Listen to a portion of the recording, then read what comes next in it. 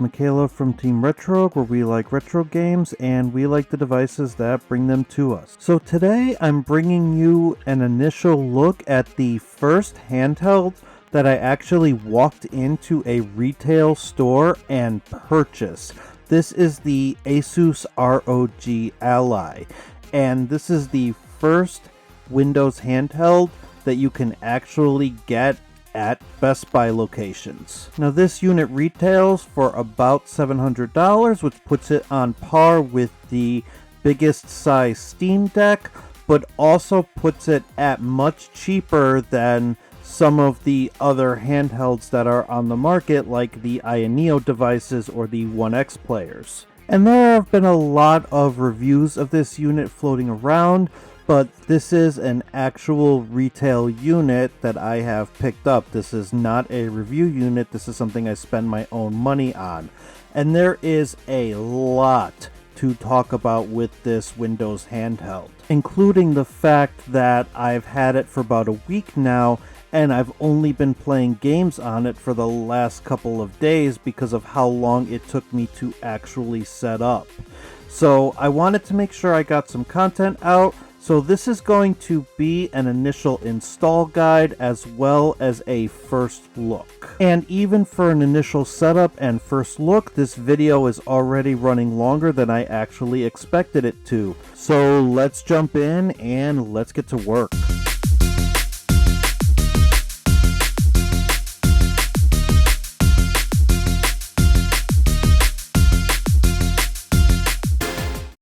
Alright, let's start by taking a look at what's inside the box here. We're going to take a quick look over the lid, and you're going to notice that there is a very cheap looking stand here. They didn't necessarily need to include this because it's not something that I would use on a daily basis, but if you need a basic stand, it is there for you. I use something like this that I purchased on Amazon that is more of a dock-like situation. So let's go ahead and take this beautiful looking device aside and see what else is in the box.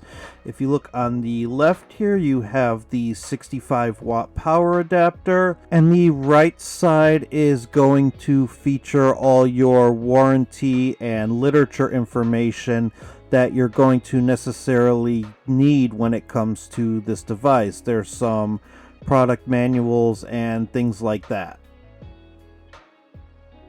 Now let's go ahead and close up the box and take a look at the device itself.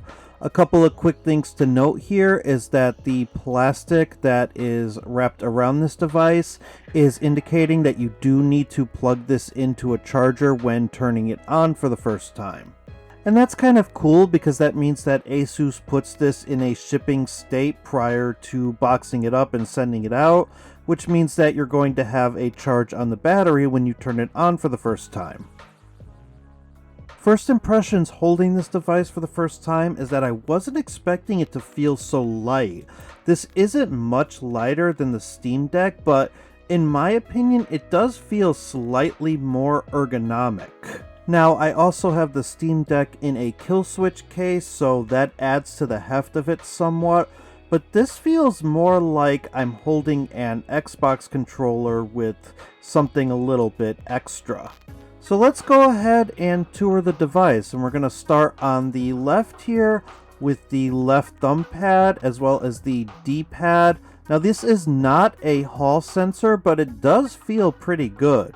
The D-pad is cause for some controversy because this isn't a standard cross-style D-pad, but I have to say I haven't really had any problems with it, and it actually has kind of been my preference because I've been playing a lot of retro games on the Evercade, which has a circular D-pad. I've also been using an Xbox controller a lot lately, which also gives me kind of the same feel.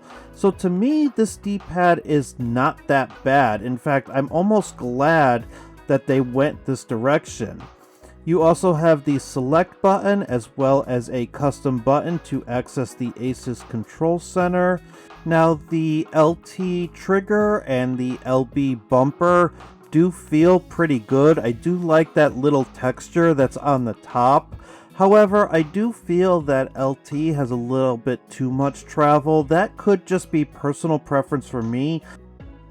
Going to the top of the device, you have your headphone jack, a micro SD port, as well as a proprietary port for XG mobile graphics cards. You have USB-C, volume up, volume down, and your power button, which has a fingerprint sensor. There's also indicators at the top for charging and power on. On the right of the device, you have your right trigger and your right bumper. Same comments there as far as travel. And I'm actually kind of a fan of these candy-like face buttons. They do feel pretty good, they do have a decent amount of travel, and I didn't expect to like the look of them, but they're definitely growing on me. And I do kind of like the font that they used for the lettering on these buttons as well. Also on this side, you have the start button as well as the Armoury crate shortcut and the right joystick. Taking a look at the back of the device, you have programmable M1 and M2 buttons that I'm not particularly a fan of. I keep these as secondary functions because I don't want to accidentally trigger something while I'm playing a game. Let's take a closer look at one of the buttons, and you could see it's kind of, I guess I would say, flimsy looking. It kind of moves around a lot, and it's just very easily clickable. Compared to the Steam Deck buttons, I can see a lot of accidental button presses here. We're also going to talk about those dual fans in a little bit. Now, whether or not you plan on upgrading the hard drive on this device, before you do anything, you're going to want to go through the initial Windows setup with the stock hard drive in place. I would just recommend that you create a local account, and you can bypass this by typing a@a.com with any password in order to get past the need to sign into a Microsoft account, because then it'll give you an error and then it will also prompt you to create a local account. You can also set up your fingerprint and a PIN number as necessary in order to get to your device. If you plan on swapping out the hard drive, you can also skip that section if you prefer. And once you get to the main Windows screen, you're going to want to boot up the Armoury crate, and you're going to want to update everything that it prompts you to update. So you can go ahead and agree to the policy, and then we're going to go to Update Center under Content and just go ahead and update everything. Update the plugins, update components, and update Armoury crate itself. Then you're going to want to go ahead into the customer support section in the My ASUS app, and you're going to want to do the same thing. Update everything, because what this is also going to do is it's going to upgrade your BIOS, and if you plan on swapping out the hard drive, you're going to want to have an upgraded BIOS. Just make sure while these updates are downloading that you do plug in your ROG Ally into a power source. And at some point during the update process, your system will restart and take you right into the BIOS. You're going to go ahead and hit yes in order to do the BIOS update. And while it's working, you're going to get strict instructions not to touch the ROG Ally at all. So at this point, I would say go ahead and step out, use the bathroom, grab your beverage of choice, and then come on back once the BIOS upgrades and we can continue. Now, if you are not interested in upgrading your hard drive, feel free to skip this section. But if you did buy a new hard drive and you want to see how to replace it, I can show you just how simple it is. There are 6 screws on the back. The bottom middle screw will not come out. You can just leave it in there, just leave it loose. And then you can go ahead and take the rest of the screws out. And we're going to use a soft pry tool like a guitar pick to go ahead and open up this device. And it should be fairly simple. And all you have to do is just take one screw out of the hard drive and then just replace it with your updated hard drive. I'm using a Sabrent one, but I've sped all of this up just to show you how easy this process was. This has probably been the easiest hard drive replacement I've ever had to do on a handheld, and we were installed and closed up probably in a matter of about 20 minutes. Which is really nice considering I usually have to dedicate an entire afternoon or evening if I want to do a hardware swap out. Once you're all buttoned back up, go ahead and turn on the unit and hold the volume down button in order to get into the BIOS. And then once you're there, go ahead and press Y to go into advanced mode. And what we're going to do is we're going to go into ASUS Cloud Recovery, and then from there it's going to let us view the policy. We are going to have to go ahead and accept the privacy notice, and then it's going to prompt you to connect to a wireless network, because what this is going to do is this is going to download a fresh copy of Windows 11 along with the Armoury crate and all of the presets. Now, unfortunately, with that super quick hardware replacement comes a super long software install. So you could tell by the RGB lighting that I've actually sped this up to 10 times speed, and it took so long to download files and reinstall the operating system that I actually had to leave this overnight and go to bed.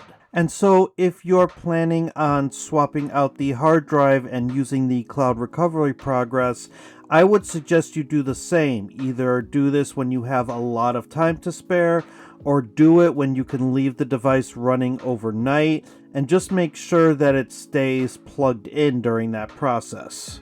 Again, here we are at 10 times speed, and you could see we were stuck at 3% for quite a bit. Don't worry if it takes a long time. It will eventually finish. It's just downloading literally everything. So now that we're up and running, let's take a look at some of the features that come with the ROG Ally. And we're going to start with the command center, which can be accessed by pressing the custom left button.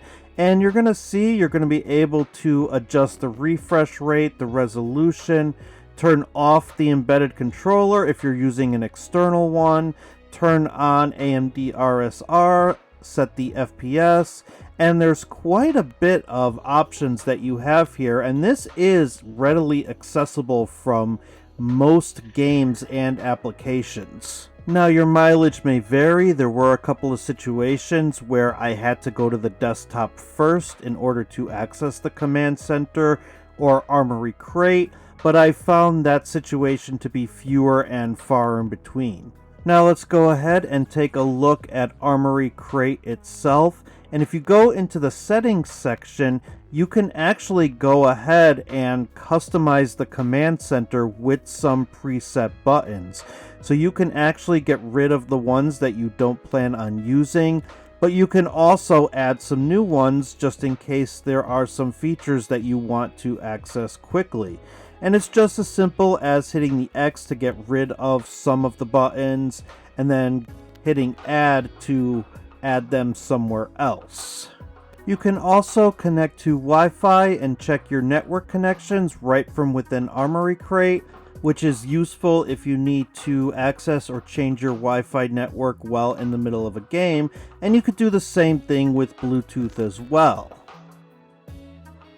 Taking a look at the game library, you'll notice that all of my installed Steam games have automatically been aggregated here, and you can also connect your Xbox account, your GOG account, your Ubisoft account, and your Epic Games account. And if you sort by platform, you'll notice that it will split all of your games by that specific storefront. So it's kind of nice to be able to have a device that will aggregate different storefronts into one specific app that you can access from a button on the front of the device. So let's continue our tour of the Armoury crate software, and let's go into the lighting section. And you'll notice here that I have my lighting set to Aura Sync. I want to touch up on that in just a bit. But if you take a look at some of the basic effects here, you'll see that there is a static, a breathing, a strobing, a color cycle, and a rainbow setting. So static will just change the LEDs on the front to be just one color. And you could change that color to whatever you want, but whichever color you pick is going to change both of the LEDs to that exact same color, and it's not going to be able to change to anything else until you manually change it again. And then from there you could adjust the LED brightness to be either brighter or dimmer from 4 different presets. I like to keep it at 33. Now if you switch to breathing, you are allowed to pick 2 colors, and the LED lights will breathe alternating between the 2 colors that you pick. Strobing, I don't like that one. It just seems a little too quick for me. And color cycle will just go through all of the colors. Whereas rainbow is the default, and you'll see that that will just cycle between all of the colors as well. And then there's the Aura Sync function. Now, I believe the purpose of this is if you have other compatible ROG devices with LEDs, that this will sync the same color sequence in between all of those devices. So what we're going to do here is we're actually going to go back to the settings section, and then we're going to go into Aura Sync. And you'll see the ROG Ally is listed here, but you can also add other devices as well. And that's pretty neat if you are part of the ecosystem and you have other devices that you want to sync lighting with. And there's even an option here to optimize the smoothness of the lighting effects, but I like to keep that turned off because I don't want anything increasing my CPU usage when I'm trying to play games on it. But the option is there if you want it. And then another thing I notice is that if you are part of the Philips Hue ecosystem, you can also link the ROG Ally to that as well. And then you'll find if you go into the aura effects, there are some actual different settings here that we didn't have in the basic effects. So for starters, there's a Starry Night section. There's a music section that I believe will adjust the LED lighting based on music that it's hearing. I personally did not try that out, but it is a pretty cool option to have here nonetheless. And then finally, there is a smart option that will actually change the LEDs based on the temperature of the CPU or by CPU usage, and it will change from green to red depending on the temperature points that you specify. But for me personally, I'm going to go into the static section because now here in Aura Sync, I can actually set a different color for the left and right LEDs just by selecting gradient, and then by selecting the 2 colors that I want. So here I'm going for a very Tears of the Kingdom color scheme where I have my green on one side and my blue on the other side. And so those are just some tips and tricks on how to navigate some of the features of this device. One last thing I want to point out here is game visual, which will change how the screen looks based on the preset that you pick. And there's even a night vision setting for if you want to play at night but you don't want strain on your eyes. So you could cycle through these and pick the game visual that best fits the game that you are playing. Now there are a few different options if you want to set up emulation.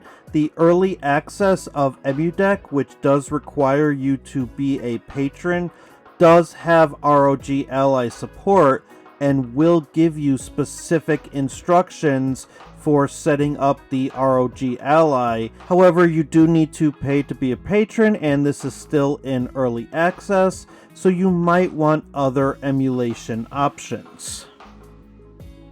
And so let's say you want a much simpler plug-and-play process and you don't plan on emulating any high-end systems. The Steam version of RetroArch is absolutely a viable option if you just want to download a couple of cores, import a couple of games, and just play right from here.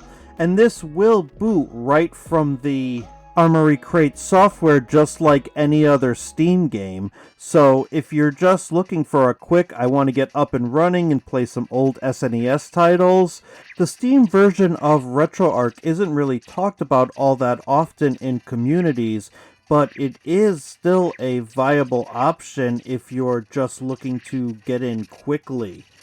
And I'll leave a RetroArch setup video in the description below by Retro Gamecore. He did a very good tutorial a while back on how to get up and running with RetroArch. And so this past week I haven't really done a whole lot of game testing because I've been doing a lot of setup, but I will tell you some of the things that I was able to do on this device.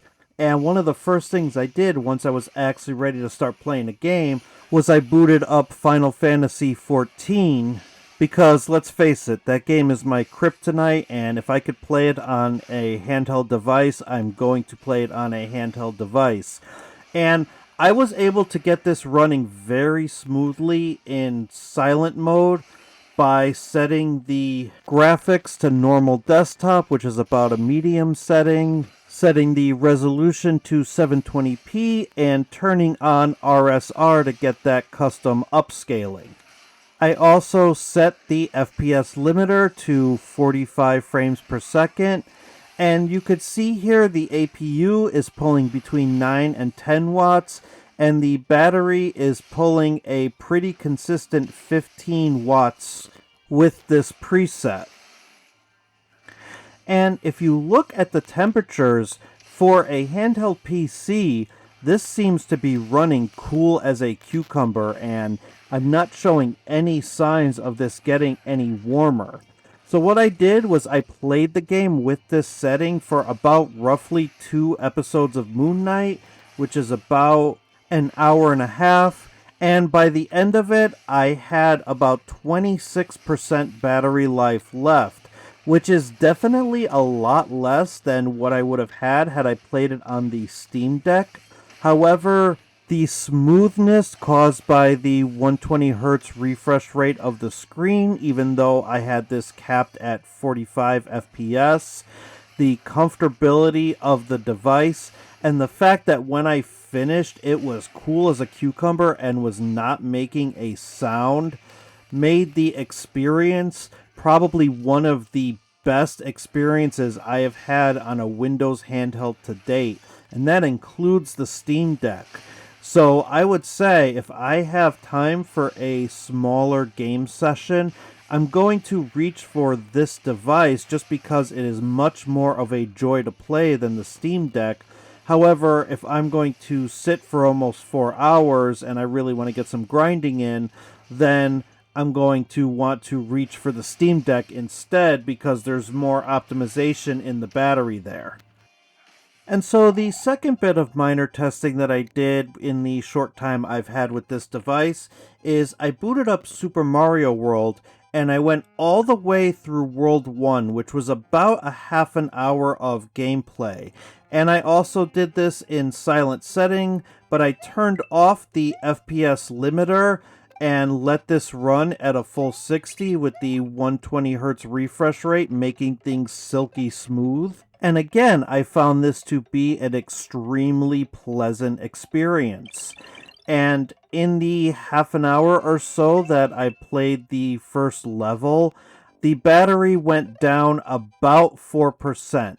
Now, unfortunately, that isn't enough to come to any major conclusions, other than, yes, this will handle emulation very well, but for the lower end systems, you might be able to squeeze out a little bit more battery life if you tinker with the TDP settings of the device. And so I'll have a lot more to come in my in-depth review, but I wanted to get some initial impressions out of the way. And I also wanted to get you set up with this device and get you from zero to hero, because this device took me quite some time to set up, And it's probably a good idea that you temper your expectations as to whether this is an out-of-the-box system or you're going to have to do quite a bit of tinkering. And I'm here to tell you right now, you're going to have to do quite a bit of tinkering. But once you do, I think you're going to be quite happy with some of the results that you get if you decide to go with this device. And if you are still on the fence as to whether this device is for you, then stay tuned because my in-depth review will be coming soon, and once it's done, I will have it linked in the video description of this video as well. But let me know what you think in the comments below. Is there anything specific that you want to see me test out? Or is there anything that you are looking forward to when it comes to this device? And please feel free to continue the conversation in the Retro Handhelds and the Steam Machine Discord. That's where you'll typically find me hanging out in between videos. And shout out to Joey's Retro Handhelds for helping me to get my EmuDeck setup up and running on this device. I'm going to link to his channel in the description below. Please go check it out. But that'll do it for this video. Thank you so much for watching. And if this was helpful to you in any way, please be sure to like and subscribe. Until next time, bye for now, and don't stop believing.